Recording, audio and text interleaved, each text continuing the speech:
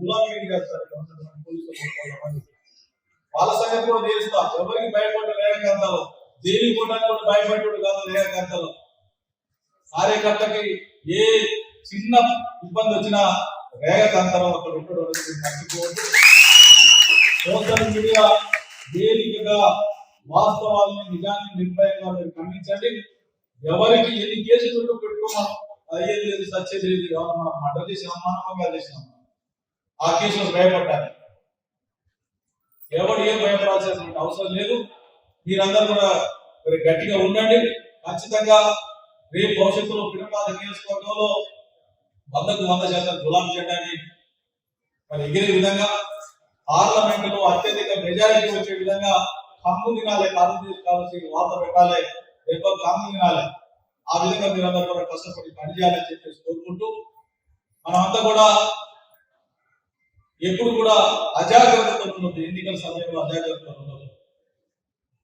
అజాగ్రత్త వహించకుండా మరి మీరందరూ కూడా ఎన్నికలు అయిపోయేంత వరకు కూడా చాలా జాగ్రత్తగా అందరూ పనిచేయాల్సిన అనేది చాలా మరి ఫోకస్ గా బయటికి పోతుందని చెప్పే సందర్భంగా నేను తెలియజేసుకుంటూ, మరి గిరిజన గ్రామాలలో కూడా బీపీఎస్ కరెంటు ఆ రోజు అడగగానే బీపీఎస్ కరెంటు బ్రహ్మాండంగా బీపీఎస్ కరెంటు గురుకులాలు ఏర్పాటు చేసినాం.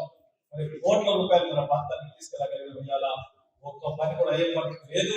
ఇవన్నీ కూడా మీరు గ్రామాల్లో వచ్చిన రహదారులు కూడా కార్యకర్తల సమావేశం నిర్వహిస్తున్న పెద్దలు అన్న రేఖాంతరావు గారికి, వేదిక మీద ఉన్న మండల పార్టీ అధ్యక్షులకు, ఎంపీపీలకు, జడ్పీటీసీలకు, పిఎస్ఎస్ చైర్మన్లకు,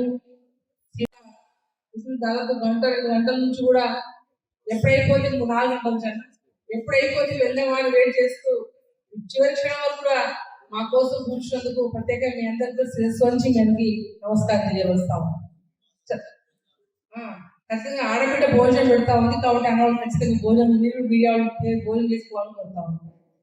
ఇవాళ ప్రత్యేకంగా అంటే చాలా సంతోషం. ఎందుకంటే ఎక్కడ కూడా నేను దాదాపు ఎప్పుడైతే క్యాండిడేట్ అనౌన్స్ చేశామో ఆ రోజు నుంచి కేసీఆర్ గారు అనౌన్స్ చేసినాక రెండోసారి ఇలా దీవించిన తర్వాత ఎక్కడ వెళ్ళినా, ఏ మండలాలకు వెళ్ళినా, ఎక్కడ ఏ గ్రామాలకు వెళ్ళినా కూడా అంటే మనం అనుకున్న దానికంటే ఊహించిన దానికంటే కూడా చాలా మంచి రెస్పాన్స్ వస్తా ఉంది.